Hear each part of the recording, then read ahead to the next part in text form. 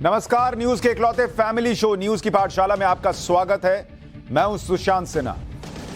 ये वो पाठशाला जहां सबकी क्लास लगती है और खबर का हर चैप्टर इतने विस्तार से खोलता हूं जितनी जानकारी आपको कहीं और नहीं मिलेगी। ये हमारा दावा है। फैक्ट्स पर बात होती है, इसलिए पाठशाला में एडमिशन बहुत जरूरी है। अपना भी एडमिशन कराइए और दूसरों को भी लेकर आइए। सबसे पहले आज आपको बताऊं पाठशाला में क्या क्या लेकर आया हूं। राहुल गांधी के प्रधानमंत्री मोदी पर आरोप वर्सेस फैक्ट्स वाले सच का चैप्टर लेकर आया हूं। संसद में राहुल गांधी कितना सच बोले, कितना झूठ, आज इसके बारे में फैक्ट्स के जरिए बात करेंगे। क्या पीएम मोदी ने अडानी को एयरपोर्ट देने के लिए नियम बदले? राहुल गांधी का आरोप है, लेकिन फैक्ट्स और सच क्या है आज पाठशाला में बताऊंगा। अडानी को बिना अनुभव एयरपोर्ट दिए जाने का सच क्या है आज यह भी आपके सामने रखूंगा। वो फोटो जो राहुल गांधी ने संसद में नहीं दिखाई, एक फोटो तो दिखा रहे हैं, दूसरी उन्होंने नहीं दिखाई, कुछ और फोटोज नहीं दिखाई, वो फोटोज आज हम दिखाएंगे जो देश को देखनी चाहिए। हर झूठ का फैक्ट्स के साथ धागा खोल देने वाला चैप्टर लेकर आया हूं और आखिर में आपको बताऊंगा कि नशे में डूबे रहने वाले मुगल बादशाहों का चैप्टर भी होगा। मुगलों के बारे में आपने हमेशा तारीफ सुनी, लेकिन जिस इस्लाम में नशा हराम है, उसी इस्लाम को बढ़ाने वाले बाबर, अकबर और जहांगीर कौन कौन सा नशा करते थे आज इसके बारे में भी बताऊंगा। और मैं नहीं बताऊंगा, उन्होंने खुद अपनी आत्मकथा में लिखा है। वो बैलून जो अमेरिका और चीन में युद्ध करा देगा उसका भी चैप्टर होगा। लेकिन पाठशाला में सबसे पहले दिन भर की खबरों में आज बात करेंगे तुर्की में आए भीषण भूकंप की और उसकी 10 तस्वीरें दिखाऊंगा जल्दी से, वहां क्या हालात हैं, और फिर पहला चैप्टर।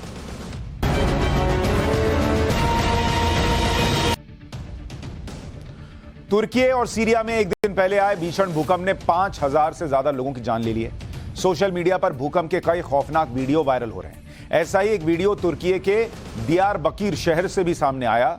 चंद सेकंड के बीच उसके सबूत एक के बाद एक सामने आ रहे हैं। अब इस वीडियो को देखिए। तुर्की में तबाही का एक और सबूत सामने है। आफ्टर शॉक से यह इमारत कैसे जमींदोज हो गई। इस इमारत के ढहने का वीडियो कैमरे में कैद हुआ, जिसमें दिख रहा है कि कैसे इस इमारत की चपेट में आने से एक काले रंग की कार बाल बाल बच गई। शुरुआत में तो सब कुछ सामान्य दिख रहा है इस वीडियो में, लेकिन सड़क से गाड़ियां भी गुजर रही हैं। अगले ही पल भूकंप के झटकों के कमजोर हो चुकी एक बहुमंजिला इमारत भरभरा कर गिर जाती है, जैसे उस पर कोई मिसाइल आकर गिरी हो। इसके बाद वहां अफरा तफरी मच जाती है। लोग जान बचाकर भागने की कोशिश करते दिखते हैं। भूकंप के शक्तिशाली झटकों के बाद पूरे तुर्की में अफरा तफरी मची हुई है। ये तस्वीरें तुर्की के सानली उर्फा इलाके की हैं। सड़कों पर लोग भाग रहे हैं, उनके पीछे एक एम्बुलेंस दौड़ रही है और फिर अचानक तेज धमाके के आवाज के साथ एक इमारत जमींदोज होती दिख रही है। कौन सी इमारत कब गिर जाए, लोगों को इस वक्त यही डर सता रहा है और हजारों लोग बेघर हो चुके हैं। अब इस इमारत को देखिए। ताकतवर झटकों से हिल चुकी इमारत भूकंप के कुछ घंटों के बाद कैसे ढह गई। गनीमत यह रही कि बिल्डिंग के आसपास खड़े लोग इसकी चपेट में आने से बच गए, लेकिन उसके पास खड़ी गाड़ियां इमारत के मलबे की चपेट में आ गई और इस पूरे खौफनाक घटना को वहां मौजूद एक शख्स ने कैमरे में कैद किया। भूकंप के झटकों के बाद तुर्की में मची तबाही के बीच इस तस्वीर ने दुनिया को डरा दिया। जैसे ही तुर्की में भूकंप के झटके महसूस हुए तो समंदर में उठा सैलाब शहरों की तरफ बढ़ने लगा। विनाशकारी भूकंप के बीच लहरों में आए इस उफान को देखकर समंदर के किनारे मौजूद लोग सहम उठे। पूरे इलाके में भगदड़ मच गई। लोग अपनी जान बचाने के लिए तेजी से भागने लगे।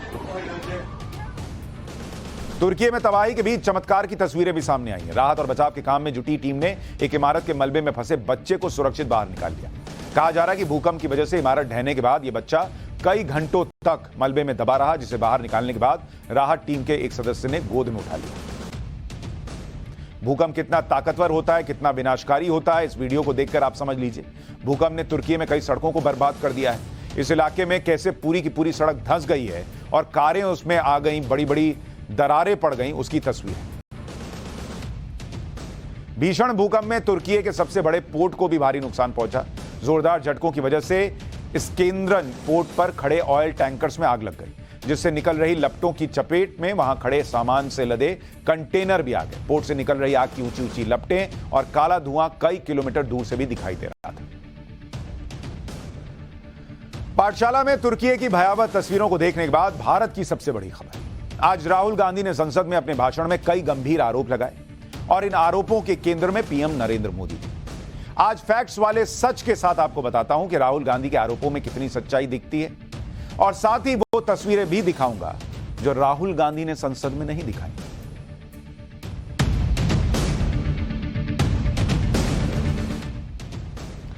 अडानी और हिंडनबर्ग के बीच का विवाद अब पूरी तरह से राजनीतिक रूप ले चुका है। अडानी वर्सेस हिंडनबर्ग आज की तारीख में मोदी वर्सेस विपक्ष बन चुका है। विपक्ष लगातार पीएम मोदी और गौतम अडानी के रिश्तों को लेकर सवाल पूछ रहा है और इसके लिए जो आरोप लग रहे हैं उनका सच हम आपको पाठशाला में फैक्ट्स के साथ पहले भी बताते रहे। लेकिन आज भी संसद में अडानी मामले को लेकर बड़ा हंगामा हुआ और जब राहुल गांधी बोलने के लिए खड़े हुए तो उन्होंने ताबड़तोड़ आरोपों की झड़ी लगा दी, एक के बाद एक। हालांकि बोलना तो उनको राष्ट्रपति के अभिभाषण पर था, लेकिन वो मोटे तौर पर मोदी अडानी ही करते रहे। आज आपको राहुल गांधी ने जो जो आरोप लगाए उसका फैक्ट्स के साथ सच बताऊंगा, लेकिन एक बार पहले राहुल गांधी को सुन लीजिए, फिर आरोप फैक्ट्स साथ में चलेंगे। तमिलनाडु से लेकर केरला, महाराष्ट्र, मध्य प्रदेश, सब जगह एक नाम सब जगह हमें सुनने को मिला, अडानी। यह नाम पूरे हिंदुस्तान में अडानी का नाम लेकर राहुल गांधी ने अपने भाषण की भूमिका बांधी और इसके बाद शुरू हुआ आरोपों का सिलसिला। राहुल गांधी ने कहा कि वो भारत जोड़ो यात्रा पर गए तो लोगों ने उनसे यही पूछा कि गौतम अडानी से पीएम मोदी का क्या रिश्ता है। यह कहते हुए राहुल गांधी ने संसद में एक तस्वीर दिखाई जिसमें नरेंद्र मोदी गौतम अडानी के साथ दिख रहे हैं। पुरानी तस्वीर थी लेकिन वो संसद में लेकर आए। एक बार पहले वो तस्वीर देख लीजिए, फिर कुछ तस्वीरें मैं दिखाऊंगा। सबसे जरूरी सवाल, इनका हिंदुस्तान के प्रधानमंत्री के साथ क्या रिश्ता है और कैसा रिश्ता है, देश जानना चाहता है। तो देश जानना चाहता है। ये देखिए रिश्ता, ये देख लीजिए प्लीज पोस्टर माननीय सदस्य पब्लिक में सर। राहुल गांधी ने नरेंद्र मोदी के साथ गौतम अडानी की एक पुरानी तस्वीर जो जमाने से सोशल मीडिया पर है, हर जगह है, वो तस्वीर दिखाई। ये वो तस्वीर है और उनका इशारा इस तरफ था कि दोनों चूंकि साथ में बैठे हैं तो मतलब दोस्त हुए, और दोस्त हुए तो फायदा पहुंचाया गया, ये मान ले पब्लिक। लेकिन अगर अडानी के साथ या किसी बिजनेसमैन के साथ फोटो होने से ही उसे फायदा पहुंचाने का आरोप सच मान लेना चाहिए। अब इस तस्वीर का क्या मतलब है? कान में क्या बोल रहे हैं अडानी जी? दोस्त हैं क्या? और दोस्त हैं तो इसका मतलब फायदा पहुंचाया क्या? राजस्थान में तो बड़े बड़े कॉन्ट्रैक्ट मिले हुए हैं अडानी जी का, बड़ा इन्वेस्टमेंट भी है। एक और तस्वीर दिखाता हूं मैं। ये तस्वीर राहुल गांधी ने संसद में नहीं दिखाई। ओह देखिए, कांग्रेस के सांसद हैं शशि थरूर और अडानी जी इनकी बात पर कैसे ठहाके लगा के हंस रहे हैं।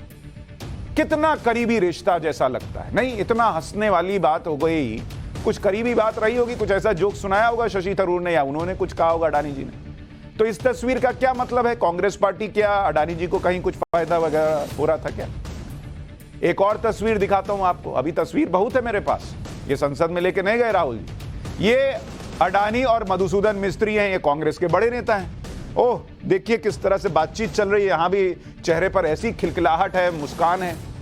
तो इसका क्या मतलब हुआ? कांग्रेस के वरिष्ठ नेता तो अडानी जी से बड़े हंस के मिल रहे हैं, इसका क्या मतलब है राहुल जी? एक और तस्वीर आपको दिखाता हूं। यह तस्वीर देखिए, यह गौतम अडानी और ममता बनर्जी जी की तस्वीर है। तो क्या राहुल गांधी मानते हैं कि ममता बनर्जी और अडानी जी इनकी भी दोस्ती है और बंगाल में जो अडानी जी का इन्वेस्टमेंट है उसमें कुछ फायदा पहुंचाया गया है क्या? अच्छा, तस्वीरें जब दिखाई रहा हूं तो कुछ और दिखा देता हूं। एक तस्वीर आपको और दिखाता हूं, जरा ये तस्वीर देखिए।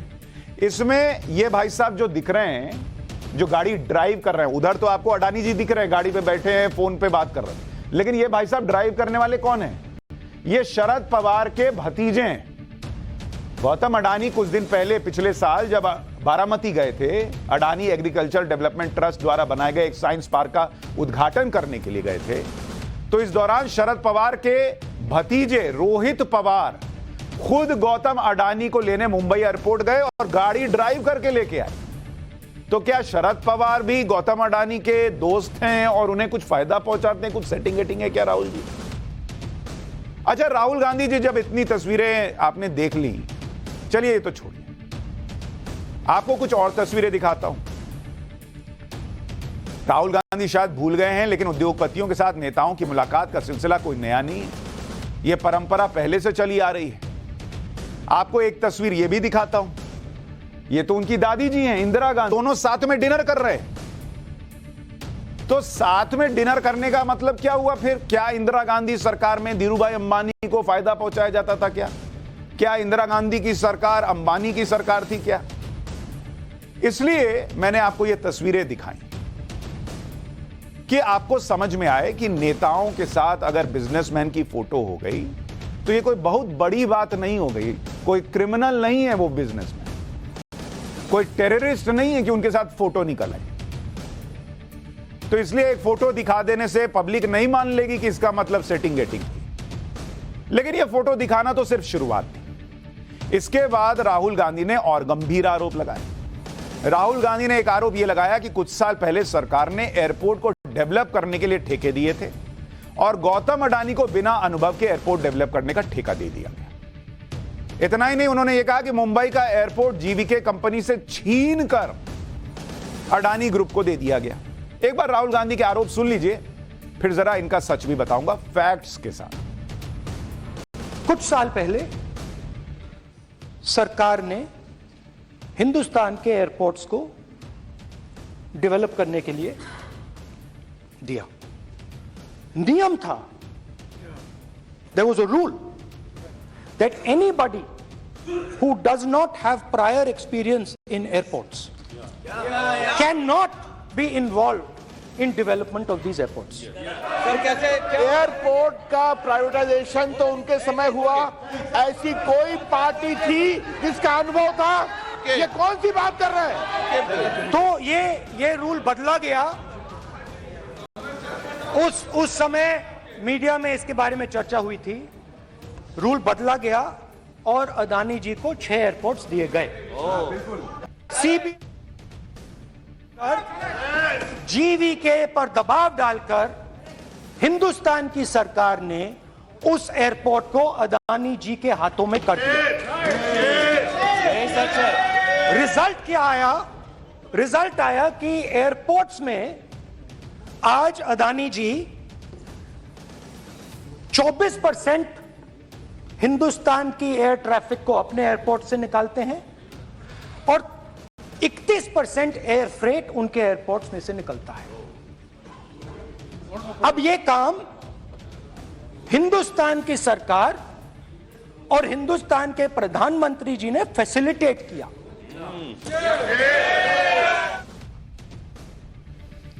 तो मोटे तौर पर राहुल गांधी एयरपोर्ट डेवलपमेंट के ठेके दिए जाने को लेकर 3 आरोप लगा रहे।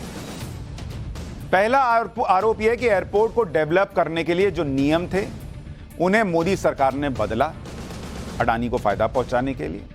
दूसरा आरोप यह लगाया कि नियम बदलकर गौतम अडानी को 6 एयरपोर्ट दे दिए गए कि लो भैया रखो तुम 6 एयरपोर्ट। ऐसा उनका आरोप है राहुल गांधी का। और तीसरा आरोप मोटे तौर पर यह है कि एक जीवीके कंपनी थी जो मुंबई एयरपोर्ट का ठेका जिसके पास था, यूपीए के जमाने में मिला था, उसे छीन कर अडानी ग्रुप को दे दिया गया। ये 3 मोटे तौर पर आरोप। अब तीनों आरोपों के बारे में एक एक करके आपको फैक्ट्स बताता हूं। राहुल गांधी जिन 6 एयरपोर्ट की बात कर रहे हैं, हमने कल ही पाठशाला में आपको बताया था कि गौतम अडानी के ये 6 एयरपोर्ट नरेंद्र मोदी की दोस्ती की वजह से नहीं मिले, बल्कि हाईएस्ट बोली लगाने की वजह से मिले। और एक बार बहुत जल्दी से उसका रिवीजन करा देता हूं। 2019 में अडानी ग्रुप को 6 एयरपोर्ट के अपग्रेड का काम मिला था लीज पर, और इसके लिए अडानी ग्रुप और दूसरी कंपनियों की बोली में कितना अंतर था जरा उसको सुन लीजिए। जैसे जयपुर एयरपोर्ट, अडानी ग्रुप ने 174 रुपए की बोली लगाई कि सरकार को यह पैसा मिलेगा। जो सेकंड बिडर था उसकी बोली थी 155 रुपए, मतलब करीब करीब 19 रुपए का फर्क था। तो अगर कोई उठा के दे देगा तो इतना बड़ा फर्क रहेगा क्या? 155 का 160 भर देते अगर भरना ही होता। अहमदाबाद एयरपोर्ट में रेवेन्यू प्रति पैसेंजर अडानी ग्रुप ने कहा 177 रुपए देंगे, एनआईआईएफ और ज्यूरिक एयरपोर्ट ने कहा 146 रुपए। इतना बड़ा मार्जिन था अडानी ग्रुप ने जो बोली लगाई। लखनऊ एयरपोर्ट में अडानी ग्रुप की बोली 171 रुपए की थी, सेकंड नंबर पर एएमपी कैपिटल थी, उसकी बोली 139 रुपए की थी। गुवाहाटी एयरपोर्ट पर रेवेन्यू प्रति पैसेंजर के लिए अडानी ग्रुप ने 160 रुपए ऑफर किए, एनआईआईएफ ने 155 रुपए ऑफर किए। तो अगर आप बोली की रकम ही देख लीजिए तो क्लियर हो जाता है कि इतने बड़े मार्जिन से अडानी ग्रुप ने बोली लगाई कि उसको चला गया ये कॉन्ट्रैक्ट। तो कैसे फायदा पहुंचा? खैर, रही बात एयरपोर्ट के डेवलपमेंट से जुड़े नियम बदलने की, तो उसका फैक्ट भी आपको बताता हूं। यूपीए सरकार में ही एयरपोर्ट के निजीकरण की नीति अपनाई गई थी। साल 2013 में यूपीए सरकार ने ही फैसला किया कि 6 और एयरपोर्ट को निजी हाथों में सौंपा जाएगा। इसमें चेन्नई था, कोलकाता, लखनऊ, अहमदाबाद, जोधपुर, गुवाहाटी एयरपोर्ट शामिल थे। यह यूपीए ने कहा। उसके पहले दिल्ली, मुंबई प्राइवेट प्लेयर को दे दिया था, कहा 6 और को देंगे।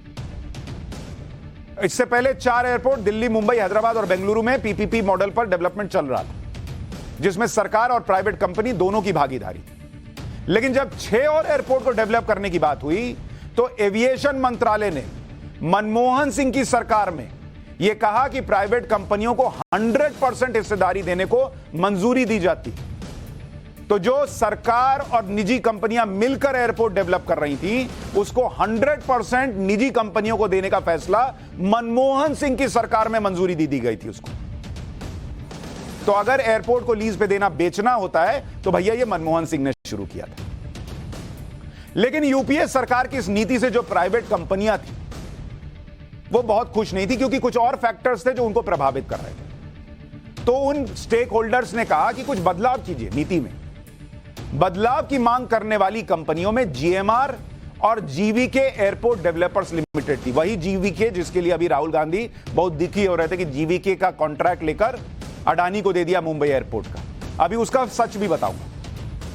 लेकिन पहले सुनिए कि उन्हीं जीवीके और जीएमआर ने, जो राहुल गांधी कह रहे हैं कि उनके यूपीए के जमाने में जिनको टेंडर मिला, उन्होंने कहा कि भैया इसमें कुछ दिक्कतें हैं। तो यूपीए सरकार ने स्टेक होल्डर्स की मांग पर नीति में कुछ बदलाव किए, और इन बदलावों के बारे में बहुत ध्यान से सुनिए। यहां आपको सच पता चलेगा कि राहुल गांधी कितना सच कह रहे थे, कितना नहीं। यूपीए की सरकार ने यह शर्त हटा दी कि कंपनी को एयरपोर्ट डेवलपमेंट में अनुभव होना जरूरी है। बॉस नरेंद्र मोदी ने नहीं, मनमोहन सिंह ने यह पहल की कि अगर आपको एयरपोर्ट डेवलपमेंट में आना है तो पहले का अनुभव होना जरूरी नहीं है। सिर्फ यह शर्त रखी कि कंपनी के पास टेलीकॉम और पावर जैसे सेक्टर में भी कंस्ट्रक्शन का अनुभव होगा तो वो क्वालिफाई कर सकती। और इसमें कोई बुराई नहीं थी, क्योंकि भैया अगर पहले के अनुभव के लोगों को ढूंढिएगा तो कितने प्लेयर थे जो एयरपोर्ट डेवलप कर रहे थे? नहीं कर रहे थे। तो क्या कुछ ही लोगों की मोनोपोली चलेगी? इसलिए मनमोहन सिंह सरकार ने बदला, कुछ गलत नहीं किया। और सुप्रीम कोर्ट ने भी आगे इस पर कुछ कहा है, वो बताऊंगा। लेकिन अब इसी नीति पर जीवीके और बाकी कंपनियों को दिक्कत आ गई। जिस जीवीके के लिए राहुल गांधी दुखी हो रहे हैं, उन्होंने इस पर आपत्ति जताई थी मनमोहन सिंह सरकार में, क्योंकि उन्हें लगा कि अगर अनुभव की शर्त हटा देंगे तो बाकी सेक्टर की कंपनियां भी इस क्षेत्र में आ जाएंगी, जिससे कंपटीशन बढ़ेगा और उनका नुकसान होगा, मोनोपोली टूट जाएगी। यही वजह है कि प्राइवेट कंपनियों ने यूपीए सरकार की नीति को नाकाफी बताया, और इसी सिलसिले में 3 अक्टूबर 2013 को जीवीके समेत बाकी कंपनियों के अधिकारी योजना आयोग के अधिकारियों से मिलने चले गए, ताकि एयरपोर्ट के निजीकरण को लेकर यूपीए सरकार की नीति में और बदलाव का सुझाव दिया जा सके। उस वक्त यूपीए सरकार की नीति पर कमेंट करते हुए जीवीके के ग्रुप सीएफओ आइजैक जॉर्ज ने कहा था उस समय कि मुझे नहीं पता सरकार ने जो बदलाव किए उससे फायदा क्या होगा। इसके अलावा स्विट्जरलैंड की कंपनी फ्लगैफन ज्यूरिक के अधिकारी ने कहा कि हम ये मानते हैं कि एयरपोर्ट का ठेका उन्हीं कंपनियों को मिलना चाहिए जिन्हें एयरपोर्ट चलाने का अनुभव हो। यानी मनमोहन सिंह ने शुरुआत की थी बिना अनुभव के एयरपोर्ट का ठेका कंपनियों को दिया जाए, और जो पहले से स्टेक होल्डर्स थे वो आनाकानी कर रहे थे, उनको लग रहा था हमारी तो मोनोपोली खत्म हो जाएगी। यानी मनमोहन सिंह सरकार ही बिना अनुभव वाली कंपनियों को एयरपोर्ट के ठेके देने की पहल कर रही थी, और उस वक्त कुछ कंपनियों ने इसका विरोध भी किया। लेकिन फिर क्या हुआ आपको यह भी जानना चाहिए। इसके अलावा भी यूपीए सरकार की नीति में ऐसी कई दिक्कतें थी जो कंपनियों ने योजना आयोग के अधिकारियों के सामने रखी, लेकिन यह नीति अपनाई नहीं जा सकी, क्योंकि एविएशन मंत्रालय और योजना आयोग के बीच लीज पीरियड क्या हो, रेवेन्यू शेयरिंग कैसे हो, इस मुद्दे पर बात नहीं बन पाई। और जब मोदी सरकार आई, क्योंकि उसके बाद उनका कार्यकाल खत्म हो गया तो नरेंद्र मोदी चुन के आ गए, तो जब मोदी सरकार आई तो एयरपोर्ट को प्राइवेट कंपनियों के को देने की नीति का रिव्यू किया गया, क्योंकि तब तक यह बात हो रही थी कि भाई इसको चेंज कीजिए, क्योंकि कई स्टेक होल्डर्स की शिकायत थी कि निजीकरण से उनकी कॉस्ट बढ़ रही है। इसलिए इन नीतियों को मोदी सरकार ने रिव्यू किया और फिर इनमें बदलाव किए। यानी राहुल गांधी जो आरोप लगा रहे हैं कि मोदी सरकार में जानबूझकर नीति को बदला गया अडानी को एयरपोर्ट देने के लिए, वो सच नहीं है। सच यह है कि यूपीए सरकार की नीति में दिक्कत थी, इसलिए इनमें बदलाव किया गया। दिक्कत की शिकायत खुद स्टेक होल्डर्स ने की थी। बदलाव की शुरुआत भी यूपीए के जमाने में हो गई थी। और इतना ही नहीं, सबसे बड़ा फैक्ट यह है कि बिना एयरपोर्ट मेंटेनेंस का अनुभव हुए भी कोई कंपनी एयरपोर्ट के लिए बिड कर सकती है।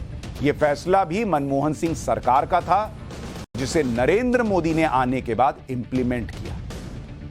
और वो इसलिए हुआ, मनमोहन सिंह की भी सोच ये थी और नरेंद्र मोदी की भी सोच ये थी कि अगर अनुभव वालों को ही एयरपोर्ट का ठेका दीजिएगा तो ऐसे कम प्लेयर हैं और फिर मोनोपोली चलेगी, लोगों का नुकसान होगा, देश का नुकसान होगा। इसलिए राहुल गांधी ने जो कहा वो सच नहीं। राहुल गांधी ने बार बार इस बात पर जोर दिया कि अडानी ग्रुप को बिना अनुभव के देश के एयरपोर्ट सौंप दिए गए। इसकी सच्चाई भी आपको बताता हूं, जो शायद राहुल गांधी नहीं जानते, या जानते हैं तो बताना नहीं चाहते। वो तो खुद केरल के सांसद हैं भाई, केरल से सांसद हैं, फिर भी उनको यह बात नहीं पता। बड़ी आश्चर्य की बात है। केरल के तिरुवनंतपुरम एयरपोर्ट को अडानी ग्रुप को लीज पर दिए जाने के खिलाफ केरल सरकार ने केरल हाईकोर्ट में अपील की थी, जिसे केरल हाईकोर्ट ने खारिज कर दिया था। केरल हाईकोर्ट ने क्या कहकर खारिज किया आपको पता है? केरल हाईकोर्ट ने कहा कि बहुत कम ऑपरेटर है बॉस जिनको नेशनल लेवल पर एयरपोर्ट मैनेजमेंट का अनुभव है। हमें यह दलील ठीक नहीं लगती कि सिर्फ अनुभवी ऑपरेटर्स को मौका मिलना चाहिए, क्योंकि इससे अनुभवी और चुनिंदा ऑपरेटर्स के एकाधिकार यानी मोनोपोली को बढ़ावा मिलेगा, जिससे वो अपनी शर्तें मानने का दबाव बना सकते हैं। यानी अडानी ग्रुप को बिना अनुभव के एयरपोर्ट मिल गया। इस बात को लेकर जब केरल की सरकार हाईकोर्ट गई तो वहां मुंह की खानी पड़ी। हाईकोर्ट से याचिका खारिज होने के बाद केरल सरकार ने सुप्रीम कोर्ट में अपील की। अक्टूबर 2022 में सुप्रीम कोर्ट ने भी केरल सरकार की याचिका को खारिज कर दिया। Chief justice of India U U Lalit और जस्टिस बेला त्रिवेदी की बेंच ने याचिका को खारिज कर दिया। सुप्रीम कोर्ट ने कहा कि तथ्यों को देखते हुए हमें इस मामले में दखल देने की कोई वजह नहीं है, इसी आधार पर याचिका खारिज की जाती है। यानी मनमोहन सिंह जो कर रहे थे, नरेंद्र मोदी ने आने के बाद उस फैसले को जो इंप्लीमेंट किया, उसे इस देश की अदालतें तक सही बता चुकी है कि भैया एकाधिकार नहीं हो सकता कुछ कंपनियों का। लेकिन राहुल गांधी फैक्ट से परे बातें करते हैं। राहुल गांधी जीवीके ग्रुप का जिक्र करते हुए मुंबई एयरपोर्ट को लेकर जो आरोप लगा रहे थे, अब उसकी भी बात करता हूं। इस एयरपोर्ट को विकसित करने का ठेका जीवीके कंपनी से छीन कर गौतम अडानी की कंपनी को दे दिया गया, यह राहुल गांधी ने आरोप लगाया। सबसे पहले आपको बता दूं कि GVK group energy, airport, transport समेत कई सेक्टर में काम करती है। जीवीके को मुंबई एयरपोर्ट को विकसित करने का काम 2006 में मिला था यूपीए सरकार के वक्त, और 2021 में मुंबई एयरपोर्ट में जीवीके ग्रुप के 50.5% स्टेक थे, जिसे अडानी ग्रुप ने खरीद लिया। इसके अलावा 23.5% स्टेक अन्य मालिकों से खरीदा। इस तरह अडानी ग्रुप अब मुंबई एयरपोर्ट को संभालता है। अब सवाल यह है कि अगर अडानी ग्रुप को उठाकर ही देना था मुंबई का ठेका, तो 2021 तक का वेट क्यों करते नरेंद्र मोदी? इसलिए कहानी वो है ही नहीं। फैक्ट क्या है मैं बताता हूं, क्योंकि इस कहानी में राहुल गांधी का आरोप है कि जीवीके ग्रुप को सीबीआई और ईडी के दम पर डराकर उसका स्टेक अडानी को दे दिया गया। सच क्या आपको पता है? दरअसल जीवीके ग्रुप पर बहुत गंभीर आरोप लगे। जुलाई 2020 में ईडी ने जीवीके ग्रुप पर मनी लॉन्ड्रिंग का आरोप लगाया और केस दर्ज किया। यह आरोप मुंबई एयरपोर्ट के डेवलपमेंट में 800 करोड़ रुपए की गड़बड़ी से जुड़े थे। साथ ही मुंबई एयरपोर्ट से जुड़ी पार्टियों पर 500 करोड़ की मनी लॉन्ड्रिंग का भी आरोप लगा। ईडी ने जीवीके ग्रुप के चेयरमैन जीवीके रेड्डी, उनके बेटे जीवी संजय रेड्डी के खिलाफ भी केस दर्ज किया। मनी लॉन्ड्रिंग की जांच करते हुए मई 2021 में जीवीके समूह के एमडी संजय रेड्डी पर चार्जशीट दायर की। संजय रेड्डी को जेल जाना पड़ा। 5 लाख रुपए का बेल बॉन्ड भरने के बाद सितंबर 2021 में संजय रेड्डी को जमानत मिली। मामले की जांच चल रही है अभी। और राहुल गांधी चाहते हैं कि ऐसा व्यक्ति जो जेल जा चुका है, जिस पर इतने गंभीर आरोप हैं, वो अगर खुद भी अपनी कंपनी बेच दे तो इसको जो है सही नहीं माना जाना चाहिए। उसकी जांच भी नहीं होनी चाहिए, क्योंकि जांच तो इनके हिसाब से इसलिए करा ली गई क्योंकि अडानी ग्रुप को फायदा पहुंचाना था। उनको शायद अंदर इसलिए डाल दिया, चार्जशीट इसलिए बना ली क्योंकि अडानी ग्रुप को फायदा पहुंचाना था। बस ऐसा होता है क्या कि किसी को फायदा पहुंचाना है, कहीं से ईडी आएगी, सीबीआई आएगी, कुछ भी बना देगी। तो फिर एक बात बताइए, मुंबई के बाद सबसे ज्यादा अगर ट्रैफिक कहीं है तो दिल्ली में है। दिल्ली का एयरपोर्ट तो जीएमआर के पास है, फिर जीएमआर के पीछे ईडी सीबीआई क्यों नहीं गई? मुंबई के पीछे ही क्यों गई? और वहां जो मिले उसको भूल जाएं सिर्फ इसलिए क्योंकि एक माहौल बनाना है। आज राहुल गांधी ने अपने भाषण में जीवीके ग्रुप का जिक्र किया और यह कहा कि गौतम अडानी को फायदा पहुंचाने के लिए जीवीके ग्रुप को डराया गया, धमकाया गया। हमने पहले भी बताया कि गौतम अडानी से मोदी के संबंधों को दर्शाने के लिए कुछ फोटो दिखाई थी आपको। राहुल गांधी जिस जीवीके का जिक्र कर रहा है, मैं आपको एक फोटो और दिखाना चाहता हूं। यह तस्वीर जरा यहां डालिए, इस पर डालिए, लोगों को दिखाइए। यह तस्वीर जून 2013 की है। इसमें तब के प्रधानमंत्री मनमोहन सिंह आपको दिख रहे हैं। इनको पहचानने में तो कोई दिक्कत नहीं, जरा जूम करके दिखाइए। मनमोहन सिंह है, ये सोनिया गांधी जी हैं, राहुल गांधी जी की माता जी, पहचानने में कोई दिक्कत नहीं है। आपको उमर अब्दुल्ला दिख रहे हैं, कोई पहचानने में दिक्कत नहीं है। गुलाम नबी आजाद दिख रहे हैं, इनको पहचानने में दिक्कत नहीं है। पर ये गोले में कौन है भाई साहब? इनकी फोटो क्यों दिखा रहा हूं आपको? साथ में गोले में ये जो भाई साहब दिख रहे हैं, ये जीवीके ग्रुप के चेयरमैन और एमडी जीवीके रेड्डी भी दिख रहे हैं। ये तस्वीर जम्मू कश्मीर की है, जहां जीवीके ग्रुप के हाइड्रो इलेक्ट्रिक पावर प्लांट का शिलान्यास हुआ था। इस प्राइवेट कंपनी के इवेंट में तत्कालीन प्रधानमंत्री गए थे, सोनिया गांधी गई थी प्राइवेट कंपनी के कार्यक्रम में, और प्राइवेट कंपनी के इवेंट में शामिल होना कोई गुनाह नहीं है। लेकिन राहुल गांधी के लॉजिक के हिसाब से चलिएगा तो यह तो गुनाह है।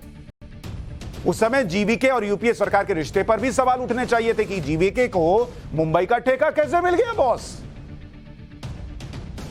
अडानी के किस कार्यक्रम में आपने देखा नरेंद्र मोदी फीता काटने गए? लेकिन यहां मनमोहन सिंह खड़े हैं, सोनिया गांधी खड़ी हैं, सब खड़े हैं, और जीवीके वाले भाई साहब भी खड़े हैं। राहुल गांधी ने लोकसभा में यह भी कहा कि साल 2014 के बाद अडानी की ग्रोथ तेजी से हो। 2014 में अडानी दुनिया के अमीरों की लिस्ट में 609 नंबर पे थे, लेकिन कुछ ही सालों में वो दूसरे नंबर पर पहुंच गए। पहले एक बार राहुल गांधी का बयान सुनिए, फिर इसका भी फैक्ट देखते हैं। 2014 में असली जादू शुरू होता है। मैंने कहा कि 2014 में वो 609 नंबर पे थे, कुछ ही सालों में वो दूसरे नंबर पे पहुंच गए। कैसे पहुंचे? राहुल गांधी के शब्दों में कहें तो असली जादू 2014 के बाद शुरू हुआ। लेकिन राहुल गांधी शायद ये नहीं जानते कि 2014 से 3 साल पहले साल 2011 में क्या हुआ था। वो मैं आपको बताता हूं। साल 2011 में गौतम अडानी की कंपनी देश में सबसे ज्यादा वेल्थ क्रिएट करने वाली कंपनी थी। 2011 का बता रहा हूं। अडानी ग्रुप की 3 लिस्टेड कंपनियों में गौतम अडानी की हिस्सेदारी के आधार पर उनकी संपत्ति बढ़ी। 2011 में गौतम अडानी की संपत्ति में दोगुनी बढ़त हो गई, सीधा डबल हो गई उनकी कमाई, और वो बढ़कर 33,211 करोड़ रुपए पर पहुंच गई साल 2011। तो राहुल गांधी कह रहे थे कि असली जादू 2014 के बाद शुरू हुआ। वो जादू बहुत पहले से चल रहा है। राजीव गांधी के जमाने से खुद अडानी साहब कह चुके कि पहला उनका जो कंपनी रॉकेट बनी वो राजीव गांधी के जमाने बनी, कल मैं आपको बताया था। फिर नरसिम्हा राव के समय जो नीतियां बनी उससे उनको मुंद्रा पोर्ट मिला, और धीरे धीरे इन्वेस्टमेंट होता चला गया। किसी की संपत्ति कैसे बढ़ती है, अगर यह समझना हो तो मैं आपको राहुल गांधी की संपत्ति बताता हूं। थोड़ा इसको देखिए। राहुल गांधी लोकसभा का चुनाव लड़ते हैं और उन्होंने अपने हलफनामे में लिखा है, ये देखिए, राहुल गांधी की संपत्ति। जरा इनकी संपत्ति देखिए।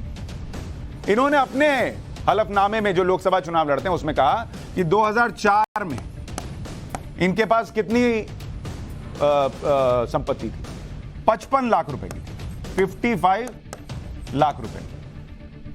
जब 2009 का साल आया, 5 साल, 2009, 5 साल में राहुल गांधी की संपत्ति 2 करोड़ 32 लाख रुपए हो गई। मतलब सीधे सीधे 55 लाख से 2 करोड़ 32 लाख हो गई 5 साल। फिर आया साल 2014, जब राहुल गांधी फिर चुनाव लड़ रहे थे, तो उन्होंने कहा कि अब मेरी संपत्ति हो गई है 9 करोड़ 40 लाख रुपए।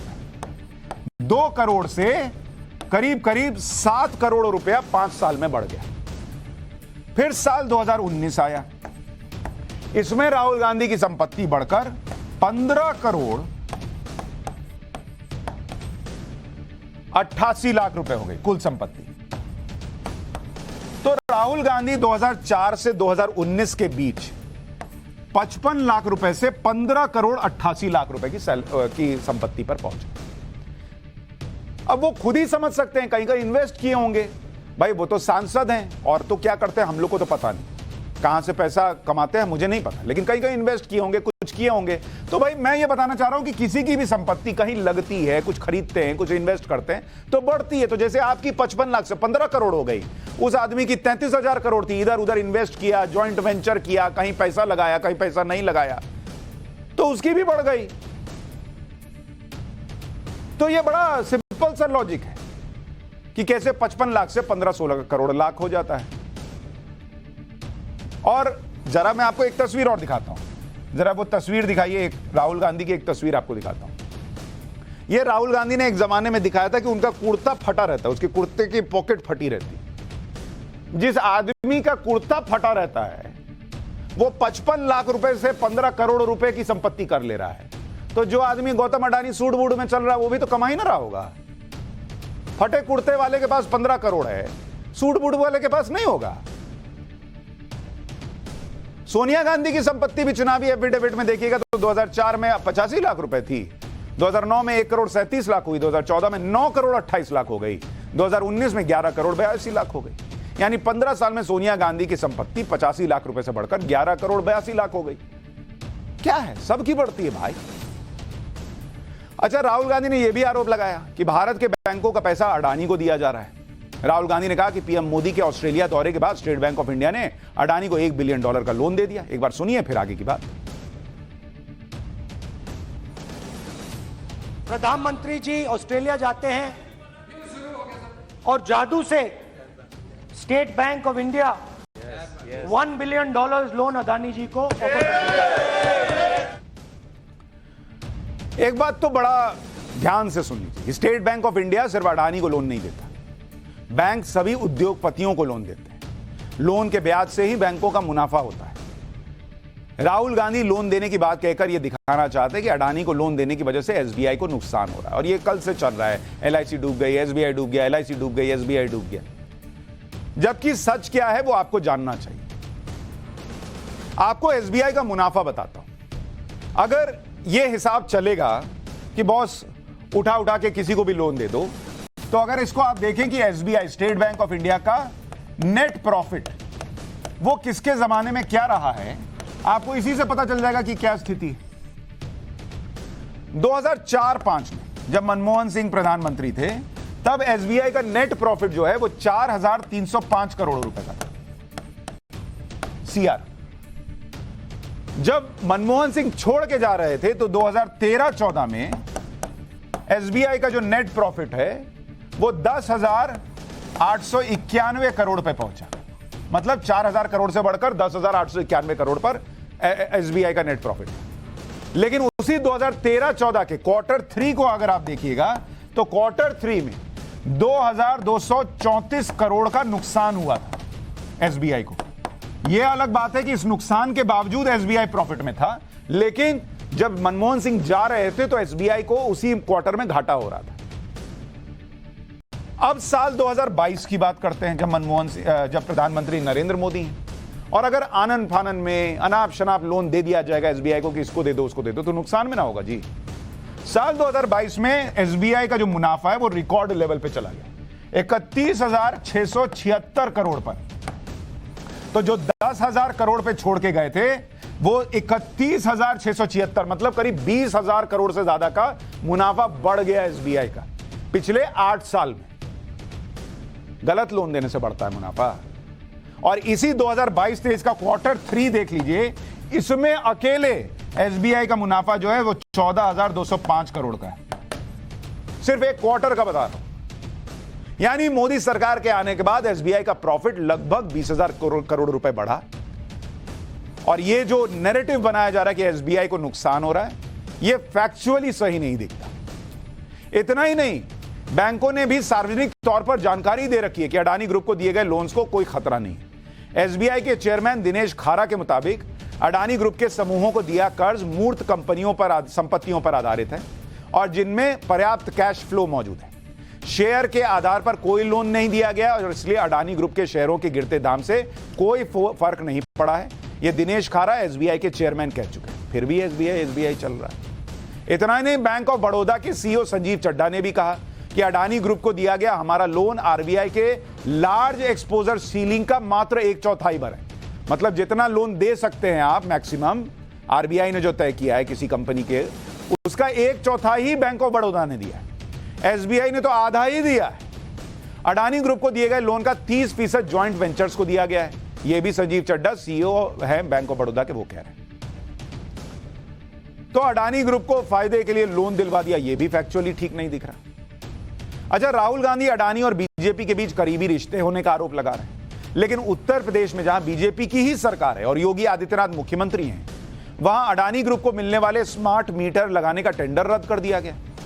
उत्तर प्रदेश सरकार के मध्यांचल विद्युत वितरण निगम लिमिटेड के 75 लाख स्मार्ट मीटर लगाने के टेंडर को रद्द कर दिया योगी आदित्यनाथ ने। यह पूरा टेंडर 5,400 करोड़ रुपए का था। अडानी ग्रुप ने प्रति स्मार्ट मीटर सबसे कम 10,000 रुपए की बोली लगाई थी, लेकिन स्मार्ट मीटर टेंडर की शिकायत योगी आदित्यनाथ से भी की गई, जिसके बाद इसे रद्द कर दिया गया। अब जिसकी दोस्ती यारी चल रही होगी, वहां यूपी में उनका टेंडर रद्द हो जाएगा।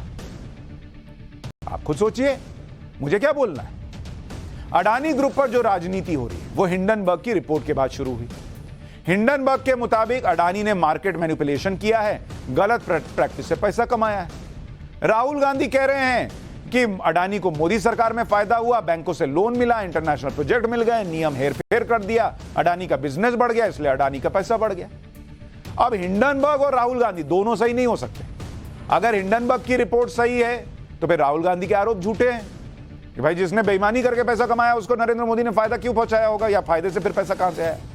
और अगर राहुल गांधी सही कह रहे हैं तो फिर कहें कि हिंडनबर्ग की रिपोर्ट गलत है, सब मोदी जी ने फायदा पहुंचाया इसलिए उनको, अडानी को पैसा मिला, तो हिंडनबर्ग को खारिज करें।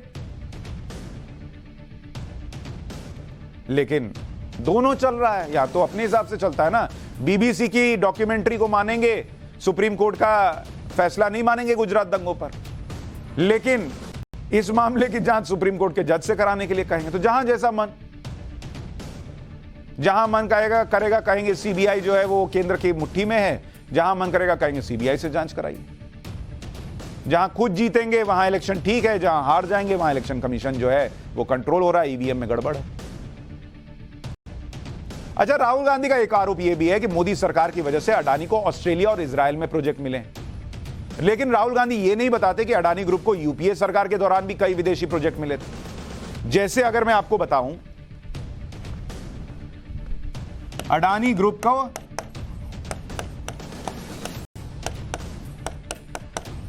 विदेश में मिले प्रोजेक्ट, और इसका सच क्या है भाई, 25 अगस्त 2010 अडानी ग्रुप को कहां प्रोजेक्ट मिला, इंडोनेशिया में मिलता है। पोर्ट और रेल खरीदने का प्रोजेक्ट मिल गया, कोयला खरीद के अधिकार मिले। 2010 में तो मनमोहन सिंह प्रधानमंत्री थे। 18 फरवरी 2011 ऑस्ट्रेलिया के साथ एमओयू साइन हुआ, कोयला और गैस रिजर्व के एक्सप्लोरेशन के लिए, तब तो मनमोहन सिंह प्रधानमंत्री थे। फिर 3 मई 2011 फिर ऑस्ट्रेलिया में ही वहां पर पोर्ट खरीद लिया, एबॉट पॉइंट पोर्ट, $2 बिलियन में डील हुई। तब मनमोहन सिंह प्रधानमंत्री थे। तो बॉस, मैं बताना यह चाह रहा हूं कि फैक्ट्स पर बात हो तो अच्छी बात है। राहुल गांधी के भाषण में भावनाएं ज्यादा थी, फैक्ट्स कम दिख रहा है। कम से कम हमने तो जो रिसर्च की उसमें तो हमको फैक्ट्स नहीं दिख रहे हैं। बाकी पब्लिक अपने हिसाब से तय करे। हमारा काम है आपको सच और फैक्ट्स बता देना। पाठशाला की यही यूएसपी है, खोद खोद के निकाल देते हैं, किसी को तकलीफ हो तो। पाठशाला में अब नशे के शौकीन मुगलों का चैप्टर, जिसमें आपको बताऊंगा कि कैसे मुगल बादशाह वो सारे काम करते थे जिनकी इजाजत इस्लाम नहीं देता, और इसके बाद भी इतिहासकारों ने मुगलों को महान शासक बनाकर पेश किया। आज मुगलों के कुछ ऐसे राज खोलूंगा जिन्हें आपसे छुपा कर रखा गया है। जानकर हैरानी होगी कि ज्यादातर मुगल शासक वो काम कर रहे थे जिसे इस्लाम में पाप कहा गया है। बाबर, हुमायूं, अकबर, जहांगीर और शाहजहां जैसे मुगल शासक नशे के शौकीन थे। किसी को शराब का शौक था, कोई अफीम का आदी था, किसी को तंबाकू की तलब। और ये सारी चीजें, कोई भी नशा इस्लाम में हराम है। और ये लोग इस्लाम फैलाने का दावा करने वाले खुद क्या कर रहे थे आज सुनिए। और ये सारी बातें मनगढ़ंत या कोई किस्से कहानी नहीं है। इन सारी बातों को खुद मुगल शासकों ने लिखा है भाई, अपनी मर्जी से नहीं बता रहा हूं। ज्यादातर बातें इसमें से मुगल शासकों ने खुद लिखी हैं, लेकिन बहुत से इतिहासकारों ने इन बातों को आपसे छुपाया ताकि मुगलों को महान बताने के एजेंडे में कहीं कोई कमी न रहे। आज आपको मुगलों की ही उन किताबों के बारे में बताऊंगा जिनमें नशे के शौक के बारे में विस्तार से लिखा गया है।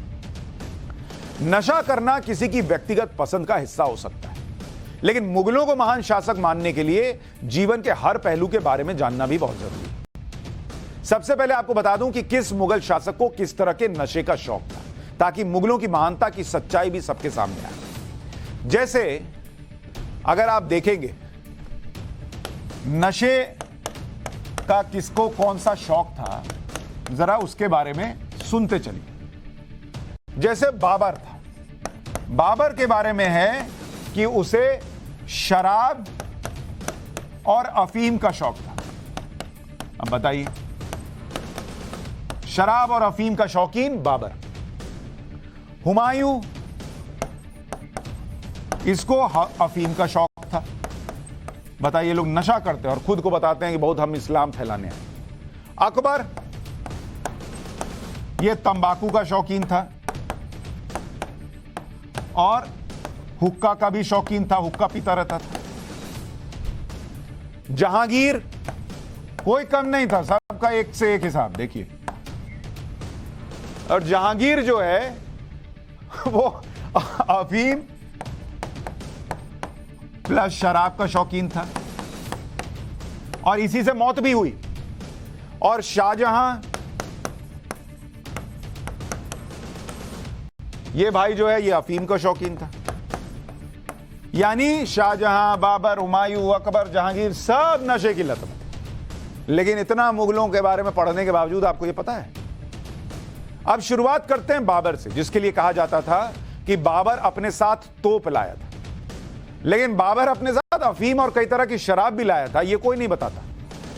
बाबर की ऑटोबायोग्राफी है, बाबरनामा, मतलब उसने खुद लिखी है बाबरनामा। उसके मुताबिक बाबर को शराब और अफीम का शौक था। उस समय शराब को अर्क और अफीम को माजून कहा जाता था। इस किताब में ऐसी कई घटनाओं का जिक्र किया गया है जब बाबर अपने साथियों और दरबारियों के साथ आए दिन शराब की पार्टी करता था। हैरानी की बात यह है कि बाबर ने शराब और अफीम के लिए दिन भी तय कर रखे थे। शराब के लिए शनिवार तय किया हुआ था कि शनिवार को लगेगा, रविवार, मंगलवार और बुधवार को शराब।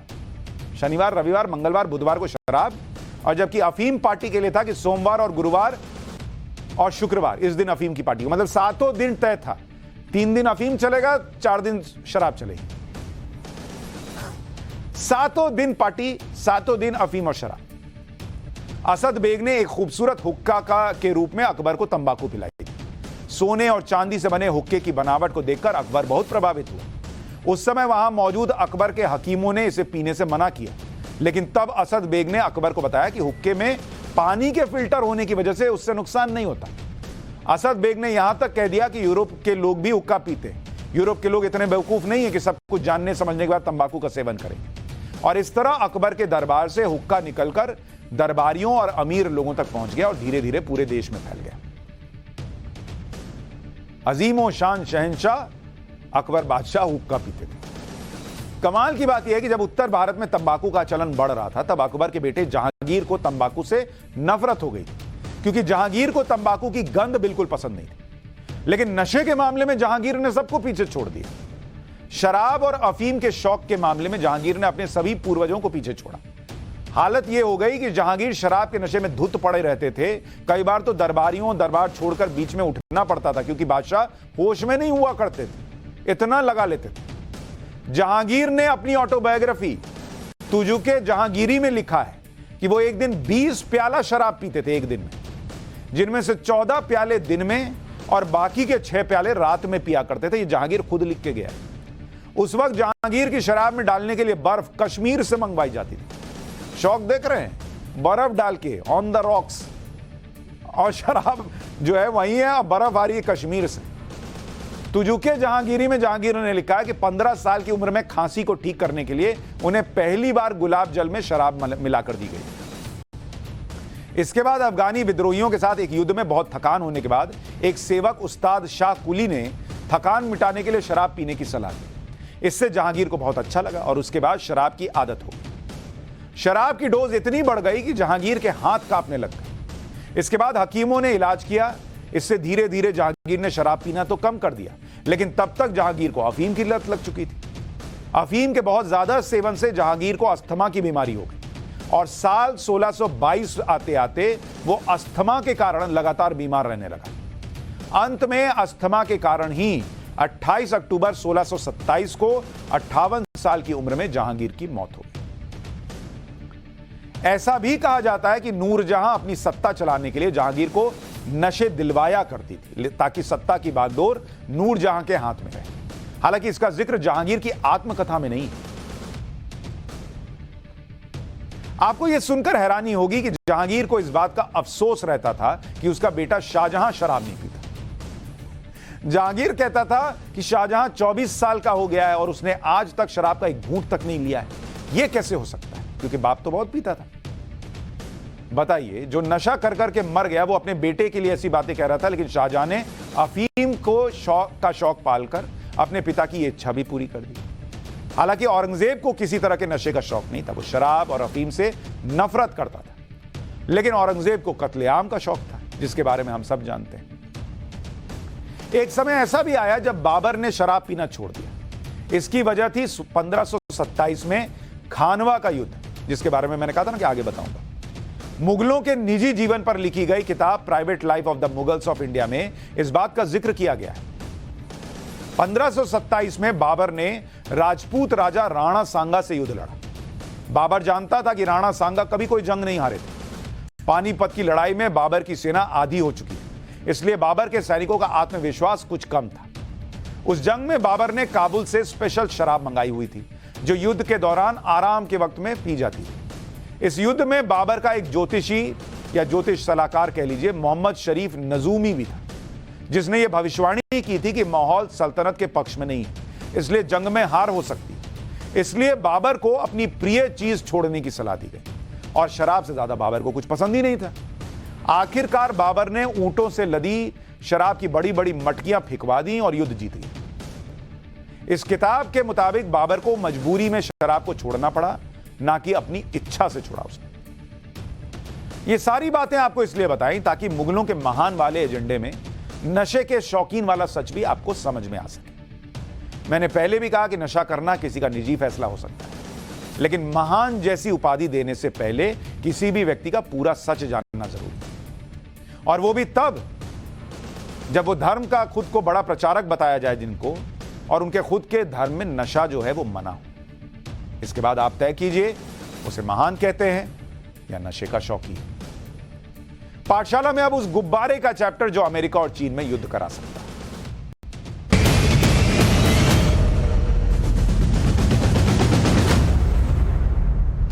अमेरिका ने चीन के एक गुब्बारे को मार गिराया है। यह बर्थडे में फुलाया जाने वाला कोई ऐसा वैसा गुब्बारा नहीं। इस गुब्बारे पर दुनिया के दो सबसे ताकतवर देश यानी अमेरिका और चीन आमने सामने आ गए। यह वो गुब्बारा है जो चीन से उड़कर अमेरिका तक पहुंच गया और अमेरिका को लगा कि चीन ने उसकी जासूसी करने के लिए यह गुब्बारा छोड़ा है। यही वजह है कि अमेरिका ने चीन के गुब्बारे की हवा निकाल दी। अमेरिका के नॉर्थ कैरोलिना में दोपहर का वक्त था। जमीन से 58,000 फीट की ऊंचाई पर पहुंचकर अमेरिका के सबसे आधुनिक फाइटर जेट F-22 रैप्टर ने चीन के गुब्बारे को एक रैप्टा लगा दिया, मतलब उस पर मिसाइल डाल दी। इस मिसाइल ने पलक झपकते ही करीब 60,000 फीट पर उड़ान भर रहे चीन के जासूसी गुब्बारे को ढेर कर दिया। मिसाइल टकराते ही चीन के जासूसी गुब्बारे में ब्लास्ट हो गया।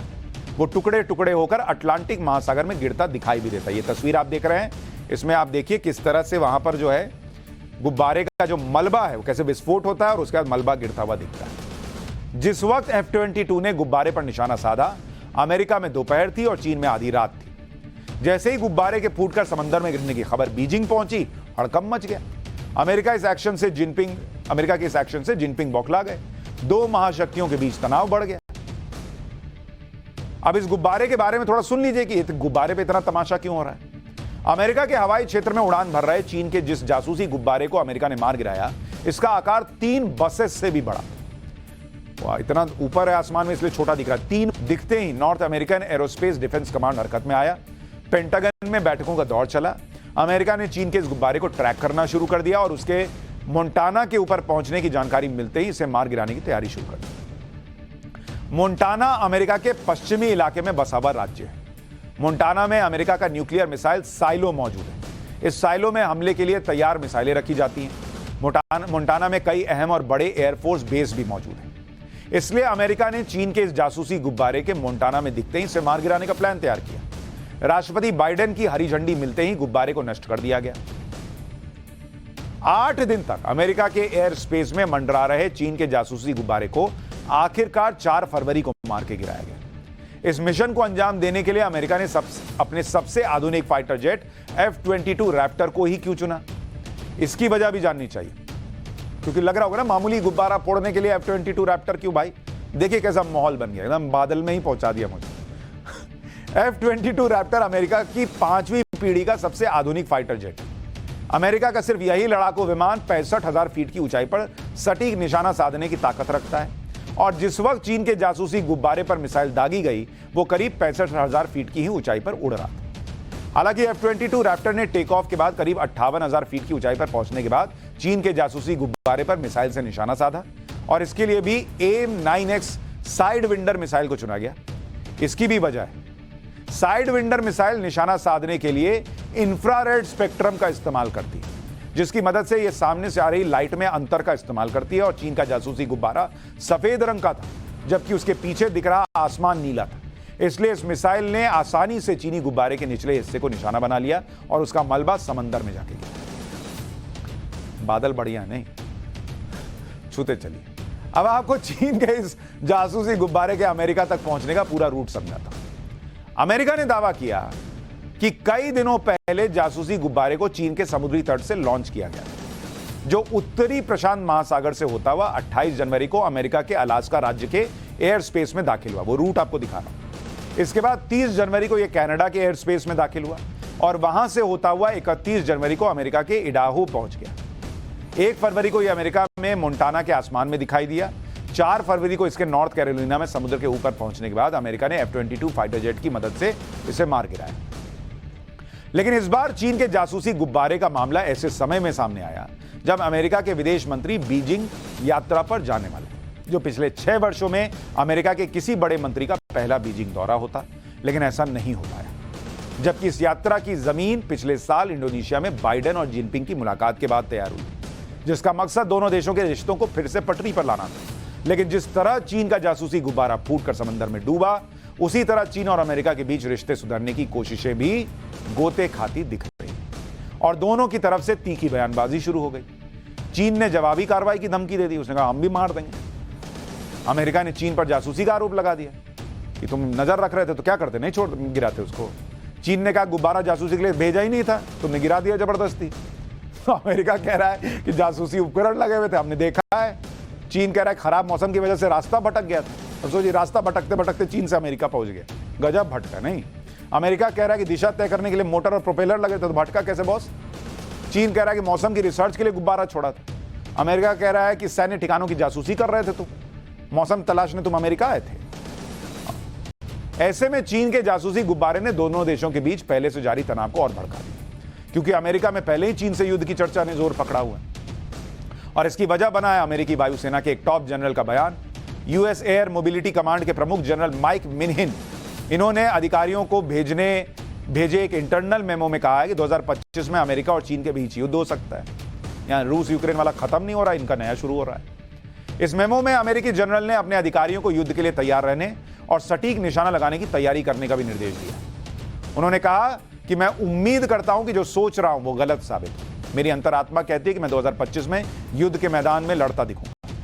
उन्होंने आगे कहा कि क्योंकि ताइवान और अमेरिका दोनों में 2024 में राष्ट्रपति चुनाव होंगे, इसलिए अमेरिका का ध्यान भटकेगा और चीन के राष्ट्रपति शी जिनपिंग के पास ताइवान पर कब्जा करने का अवसर हो। और हालात ऐसे भी बन सकते हैं कि 2025 में अमेरिका और चीन के बीच युद्ध की आशंका बढ़ जाए।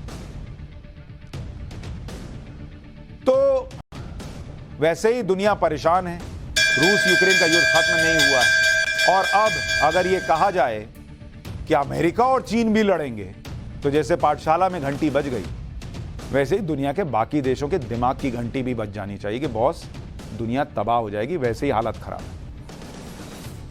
वो समझेंगे या नहीं समझेंगे, लेकिन कठिन से कठिन विषय और खबर समझनी हो तो पाठशाला ही जगह है। कल मिलेंगे 8:50 पर।